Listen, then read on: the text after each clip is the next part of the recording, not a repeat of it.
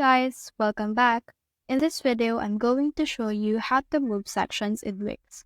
Let's get started. So right now, I am on the Wix website editor, and in here, I can actually move my sections. So in this specific page, I have this first section, and when you scroll down, you can see the second section. So if you want to move a section, you can just head over and hover to that specific part. Like for example, I want to move this one. Then in here, you can see the arrow up and arrow down. So when you arrow down, it will actually help you move the section down, and then the section up for this one. So let's try to choose this one, which is the arrow up. Then as you can see, this will actually move the section right here. So for example, we want to put this in the upper section. Then let's just click on this up again. Then as you can see, it will be moved like that.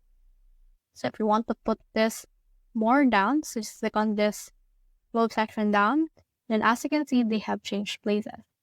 So if you publish right here, and then this will publish your site, if you click on view site right here, you should be able to see on this general tab that our section has been changed. So this one right here is on the bottom at first, and this is on the top at first, but they have been moved.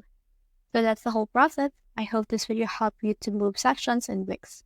If you have found this video helpful, simply leave a like below or subscribe because it helps me reach more people. See you soon.